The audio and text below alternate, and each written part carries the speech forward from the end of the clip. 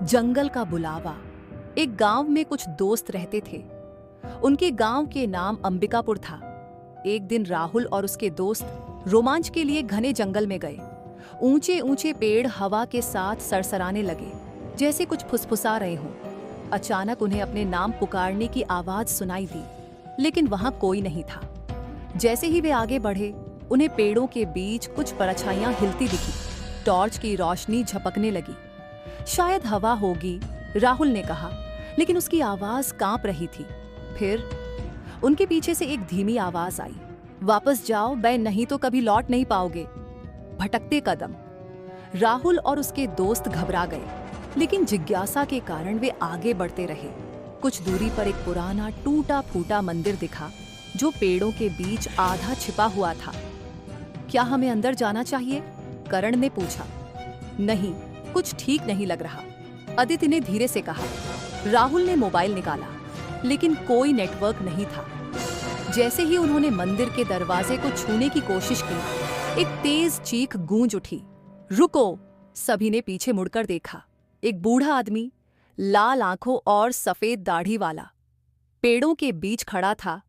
यह जगह तुम्हारे लिए नहीं है, तुरंत भाग जाओ। जंगल का रहस्य।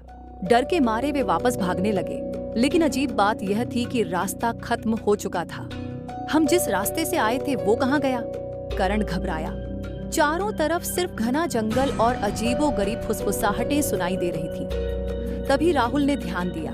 पेड़ों की छाल पर अजीब निशान बने थे, जैसे किसी ने कुछ लिखा हो। उन्होंने गौर से देखा। जो यहाँ आया वो वापस नहीं गया। अचानक मंदिर का दरवाजा खुद ब खुद खुल गया।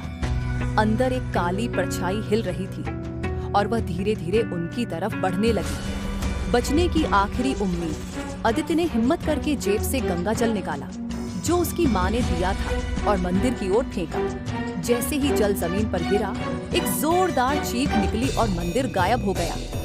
राहुल और उसके दोस्त चौंक गए। पूरा जंगल अब शांत था। अचानक उन्हें गांव की लाइट्स दिखने लगी। जैसे ही वे गांव पहुंचे, बूढ़ा आदमी फिर से दिखा। आज तक कोई वापस नहीं आया था, लेकिन तुम बच गए। राहुल ने डरते हुए पूछा, वो क्या था?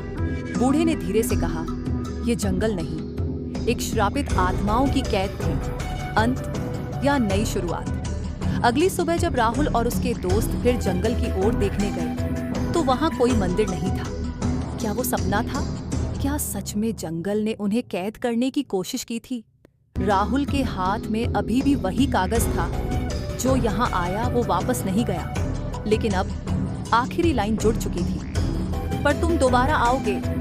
राहुल के रोंगटे खड़े हो गए। कहानी खत्म, या शायद नहीं।